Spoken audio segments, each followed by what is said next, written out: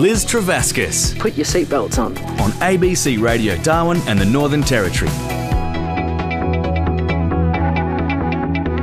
At 10 to 5. And yes, today in Parliament, the Northern Territory Government is introducing and currently debating, in fact, new laws that have been introduced on urgency that will allow police to use metal detection devices known as wands to detect and confiscate weapons.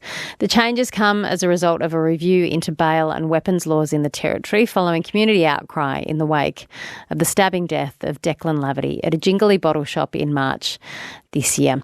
Now, here's an example of how the new powers could work, as explained by the Acting Police Commissioner Michael Murphy yesterday. Say you're on a bus route from Casuarina to Palmerston, our officers can get on board the bus and then tell passengers that we're doing a wanding activity. It's going to be an education process and a communication process with our stakeholders to start with, so people know what's going on.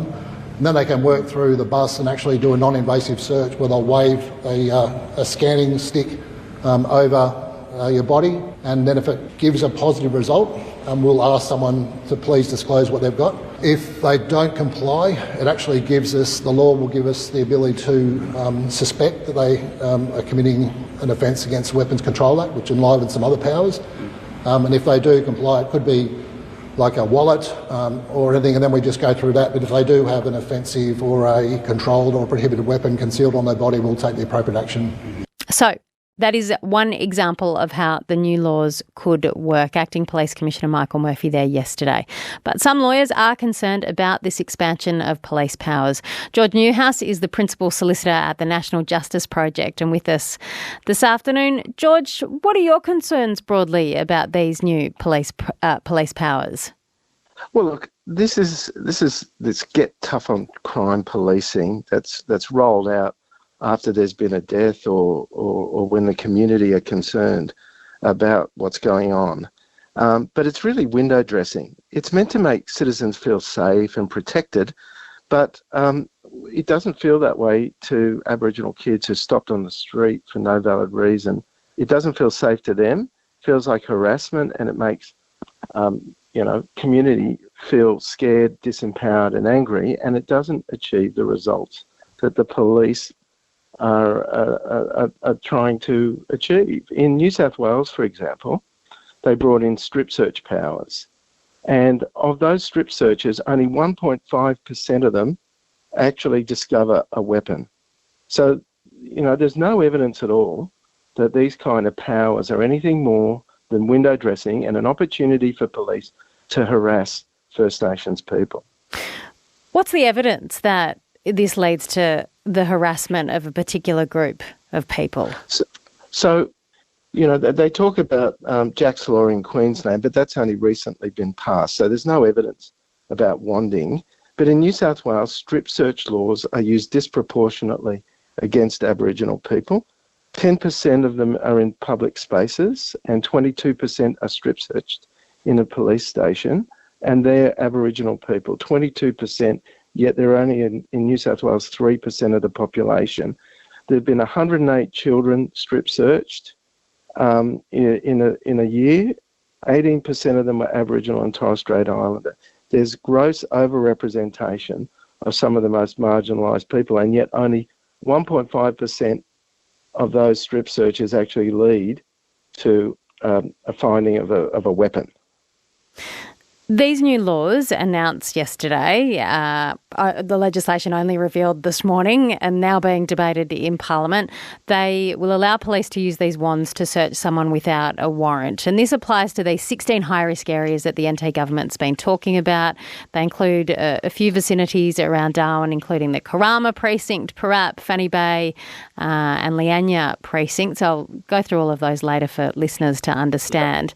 But it also includes so-called suspected offence areas where they can wand people if they believe that an offence is likely to be committed within the next 12 hours. Are those kinds of powers a cause for concern, wanding people if they suspect they might commit a crime hours from now?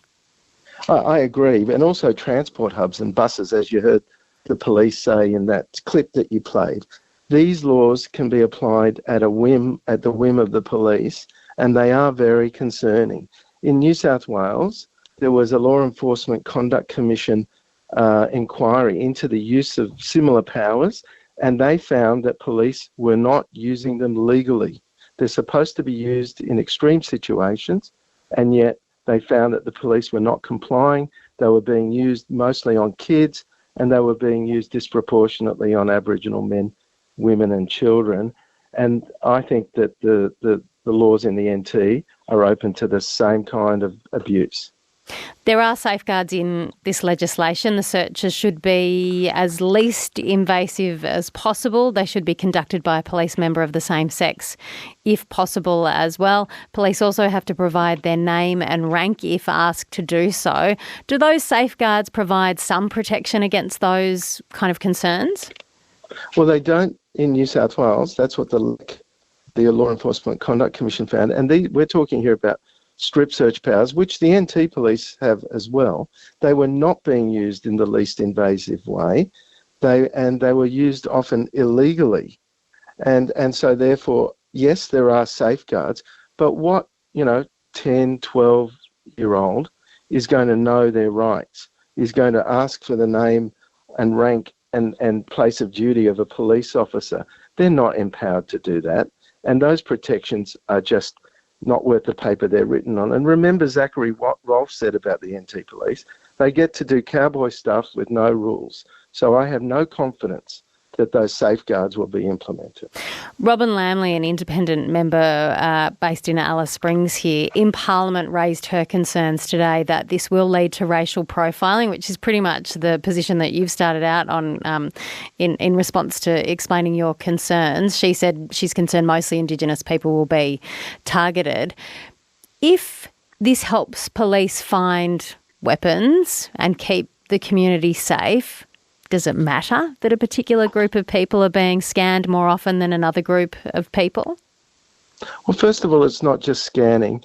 If someone doesn't want to be scanned, they're going to end up being charged with resisting arrest. So you're going to see a lot of young people particularly harassed and then end up in jail for crimes like, not obeying a powerful police officer. And the data from other states shows that these kind of extreme police powers do not work.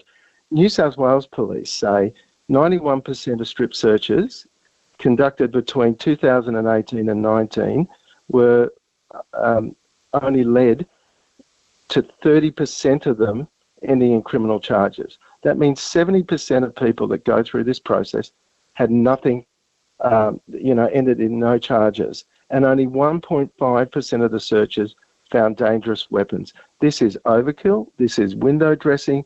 This is a political response to a horrific incident, and the young people of NT are going to suffer as a result. What do you think about the timeline here? I think it was a few months that the review was worked on, the bail and weapons review, then changes announced yesterday, legislation revealed only today sort of to the public, and now it's being debated in Parliament. I think it's way too short a time. But as I mentioned earlier, I don't think this is about, proper process and making sure you implement a policy that works. This is about calming down the community after a horrific crime. And as I said, it's window dressing. Wouldn't the community be safer if the NT invested in proper housing, if kids were diverted from streets into sport, education or other activities? There needs to be an investment to divert young people away from the criminal justice system instead of hoovering them up into it. All right, George, we've got to leave it there. Thank you so much for your thoughts on this afternoon. George Newhouse, Principal Solicitor of the National Justice Project and an Adjunct Professor of Law at Macquarie University, has had a look at the legislation and providing some of his thoughts this afternoon. Speaking of housing, going to pick up that conversation after the news. Bankrolling the construction industry by taxing big business. Apparently, this could be the solution to Australia's housing crisis. You're going to find out more about that ahead. Stick around.